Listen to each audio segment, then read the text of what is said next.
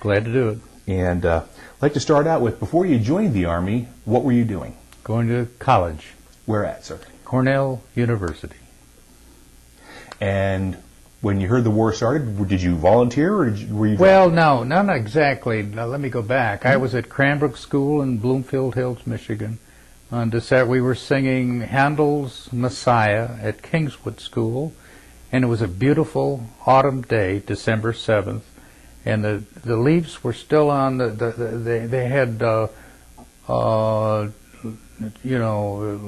maple trees around there, many, and the leaves were still on them, but they were the fall leaves, the golden leaves, and we found out about it after the concert.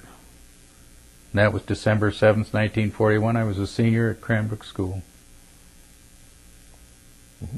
Now, as for your entry into the Army, were you drafted or did you enlist in the Army? I did something. I was studying chemical engineering at Cornell, and I was exempted. I didn't have to go, but it looked like the guys that went were getting all the girls. So I decided that I wanted to be a hero too. I couldn't fly a plane because of my eyes, but so I let myself be drafted. Now, where were you inducted? Where did you go to boot camp? Well, the boot was in the Air Force. Everybody was taking, a lot of guys. I honestly think they did it by just level of. I just have a feeling that that automatically they took some of the guys like from college into the Air Force, and so I went to basic training in the Air Force, and I know where it is. I can't think of the name right now, but it's up in the Panhandle of Texas. It was my first experience in the Army. I began to regret that I had ever got myself into it, to tell you the truth. It didn't seem too exciting. Okay. Now, as for your assignment to the 12th Armored Division. Well, what happened was the Air Force apparently started letting go of guys, and so I was one. I would obviously just basic training, and so I had an Air Force basic training, which I don't think is an Army basic training, and so they put me in the 12th Armored.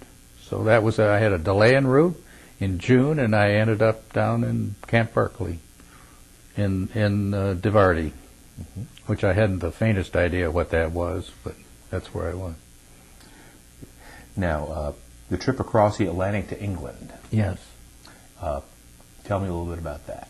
Your impressions. Well, we were in a convoy, and I remember Wendell Willkie's son was on one of the ships when we were in New York Harbor, and the convoy, we ended up in Bristol, England. The convoy was a big one, and I suppose that's because the U-boats were still operating. So there we were in a convoy, and I was getting sick regularly, and I suppose everybody tells you that the bunks in those transports, there were 8 high. In other words, they slipped you in like slices of bread into your bunk. So it was an interesting experience. And then the salt water would roll back and forth on the basis it's not the floor. I forget what they call it on the boat, but anyway. And that would make you sick, and you'd run up and see which side you should throw up. God, it's an interesting experience. That's the most that I remember. We landed in Bristol, in England, and went to Tidworth Basin, which is near Salisbury Plain. It's right near what do they call the place where the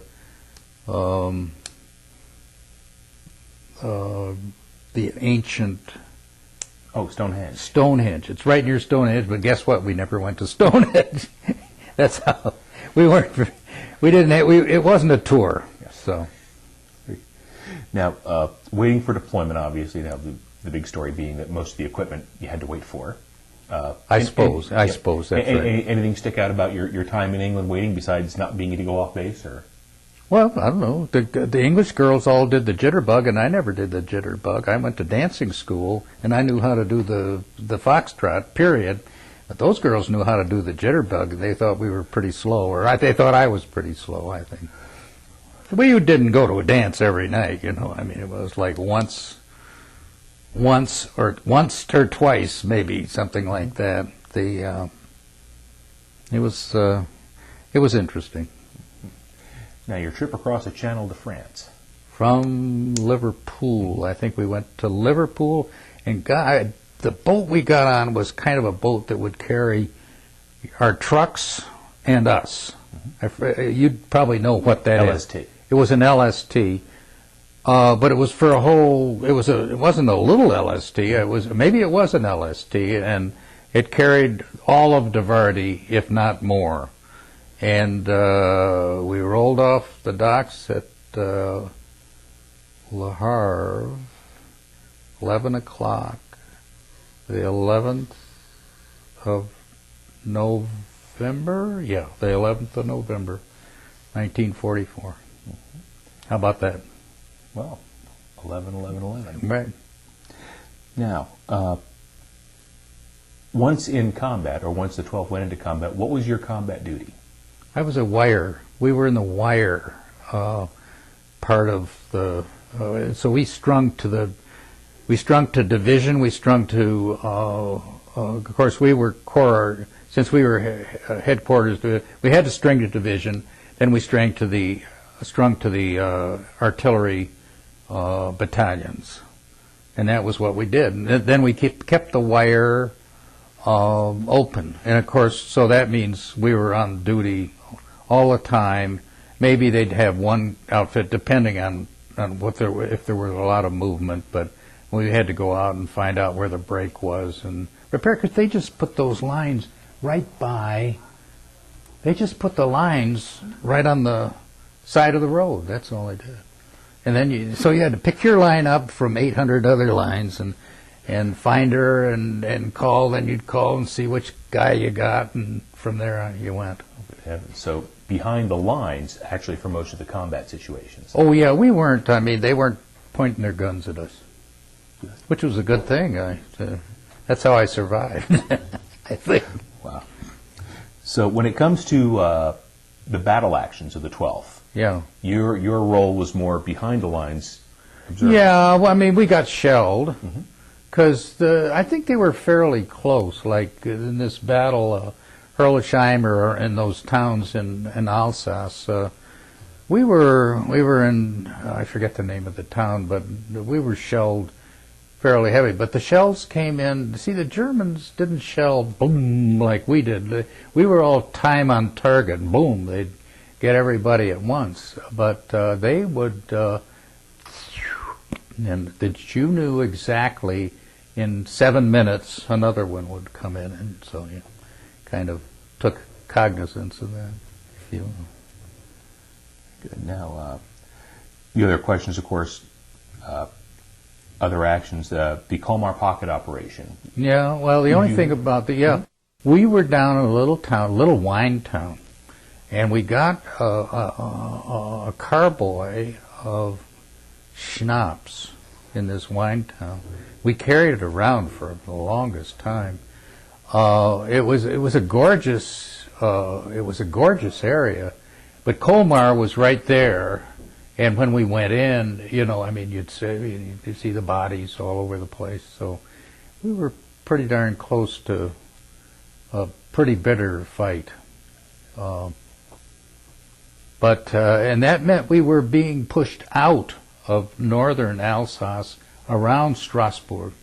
And then, well, actually, we were pushed back to Strasbourg, and then we went to the Colmar Gap.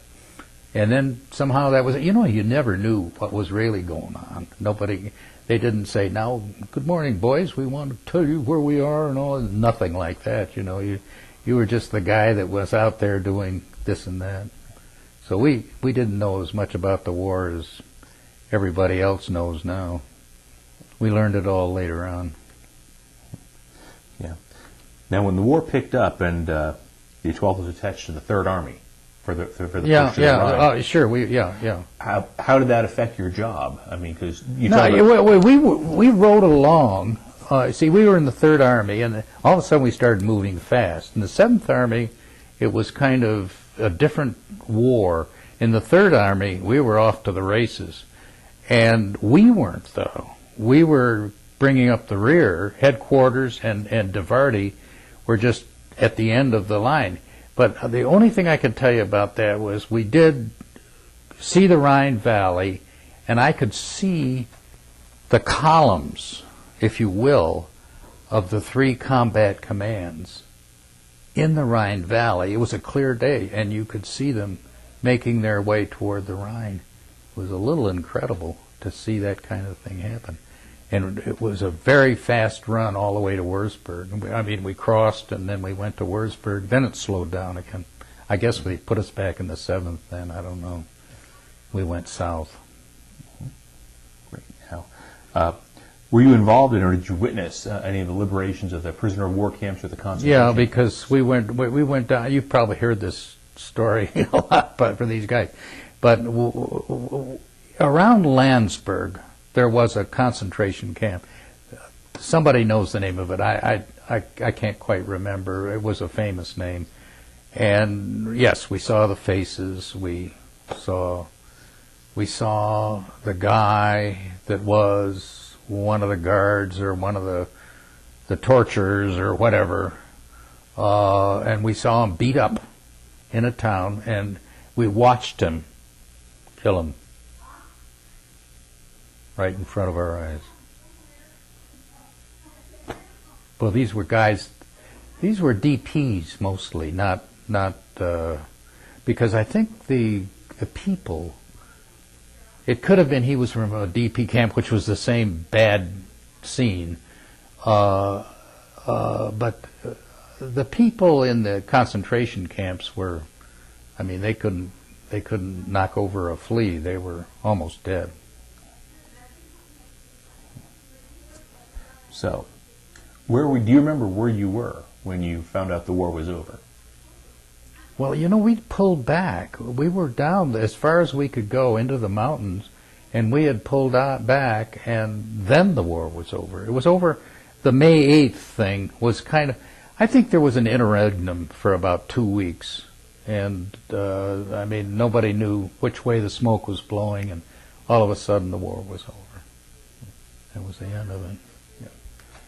Now, for you, after the war, the point system being what it was, how long before you were allowed to go home? Well, I wasn't allowed for a year, so I didn't get home till June of '46. So I went to the constabulary, which, see, we went to 6th Corps. We were going to go to, obviously, Japan, but we had been, I think, moved up to the 6th Corps Artillery. We became 6th Corps Artillery. 12th Armored became 6th Corps Artillery. And I kind of don't remember exactly what all that was, but everybody else knows, I suppose. But they moved us up onto the Rhine. In the Rhineland Valley. It was gorgeous. Germany was gorgeous, absolutely gorgeous. Into a big chateau. We liked that. Now, after the war ended, what kind of interaction did you have with the German people? How did you get along? Well, no, it was it was not palsy-walsy. The first Germans that we talked to coming in, they said, well, gee, you're glad you're here and not the Russians. And, you know, it was kind of that kind of thing. But we weren't palsy-walsy with the Germans at all. Any experiences stand out along the way dealing with the English or the French people? Well, I went to Paris and studied French at the Cité Universitaire for 2 months. So I went to Lycée Henri IV, which is the top lycée in France, and a lot of the great so-called philosophers went to that lycée. So it was, well, of course, it was during the war. I mean, they were just keeping it open for guys like us. But it was all in French, I had a couple years. I had 4 years of French in high school, so they apparently thought I could understand what went on, and it was a great time for us. But it was like a 2-month vacation, and then we went back to the outfit in Germany. And then they started to break us up and send us to. Well, I forget the timing, but I think we were still 12th Armored then, but I'm not sure. Good. Anything else that you wanted to bring up or you care to add? Well, I'd like to bring up one thing. My big point is that the GI Bill plus the ASTP was the greatest government, aside from the Marshall Plan, which was a genius plan. The GI Bill was the greatest piece of government action that ever took place in any country. It tied together this country in a very impressive way, and got the guys that the Depression was a rough time, and a lot of people were just kind of stuck, and I think this was the lift that lifted the nation and made us so strong as we are today.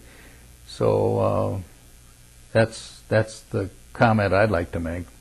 Fantastic. Well, again, I want to thank you for sharing your experiences with us. Thank you very much. Got it on digital video now for another generation of historians, and we thank you for that, sir. Thank you very much.